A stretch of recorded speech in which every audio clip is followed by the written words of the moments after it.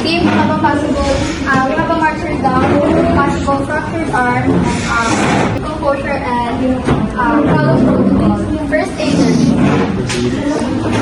As security officers, establish a safe perimeter, keep bystanders away, and I'm a bystander. apply sling arm, and please handle carefully. Patient handlers. Please stand by and prepare for assist to walk when the sling is secured. What's your name? Okay, so what are you doing right now?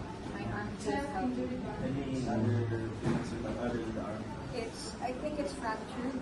So if I lift up the arm, what would you do? Does it hurt? Yeah, yes, Like it's a okay. lot. Yes. So we have a possible fractured arm. You should apply arm sleeve.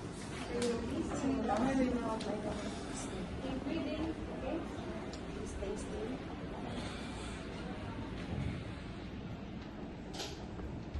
Okay, may narinig.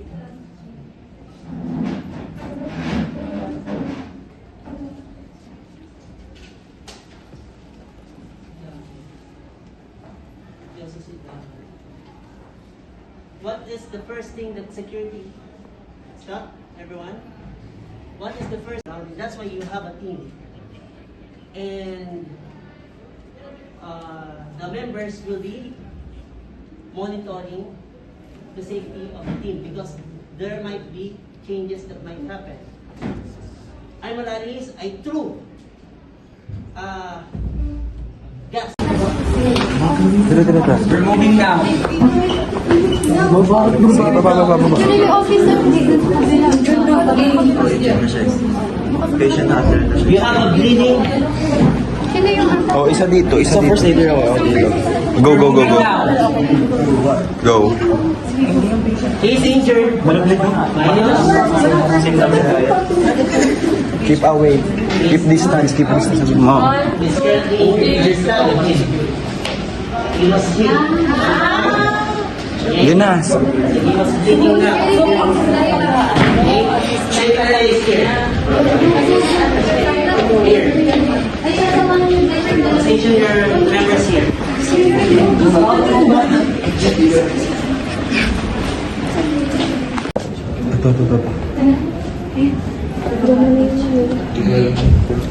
Okay, continue.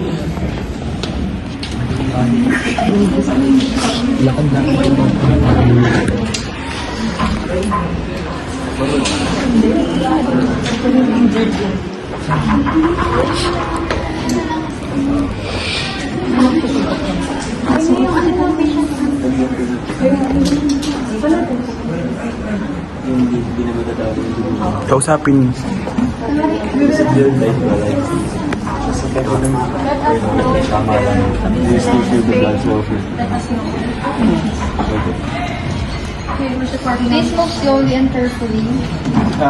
Take from bumay ba yung arm? Steady ba na para may blood flow?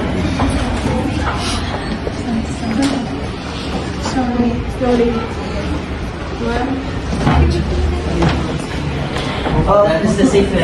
That's the safer. This is enough. All victims will be placed here.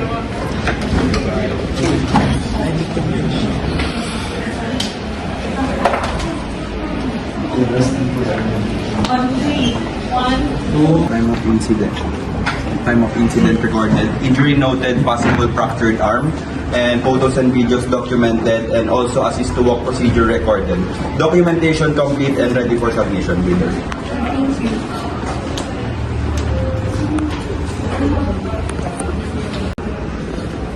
Okay.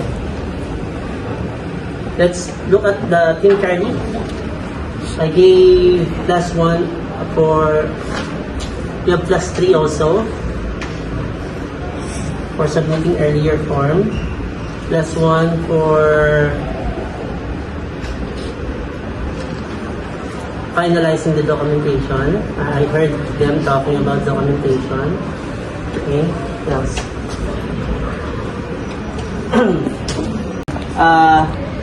Possible fractured arm, right? Yes, sir.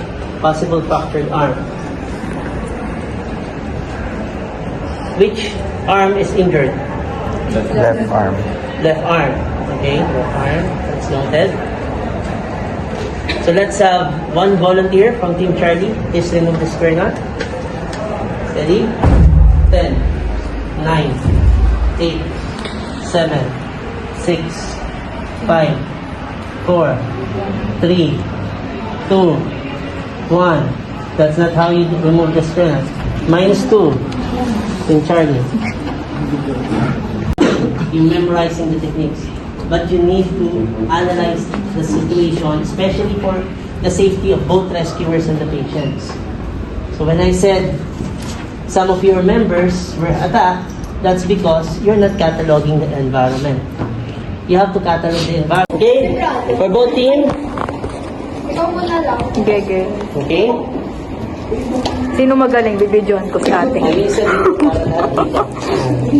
lagay sa waist. Yung triangular bandage. Sa likod, yan. Gayahin ko si Miss. Okay? Thumbs up position. For 10 seconds. Naalala pa kung paano gawin yung square knot, di ba? So, just to be fair, kayo naman, pwede naman kayo nilang turuan, no? Right over left. Left over right. Right tail always on top. Then you perform the quick release. Then you go and pull the knot. Okay? So, okay, 10 seconds, you tie the knot. Raise your hand. Another 10 seconds, you remove through a quick release. Okay? So 10 seconds. 10, 9, tie the knot and raise your hand. 8, 7, 6, 5, 4, 3, 2, 1. Okay, raise your hand. Just gonna konti iha para kita din sa iho.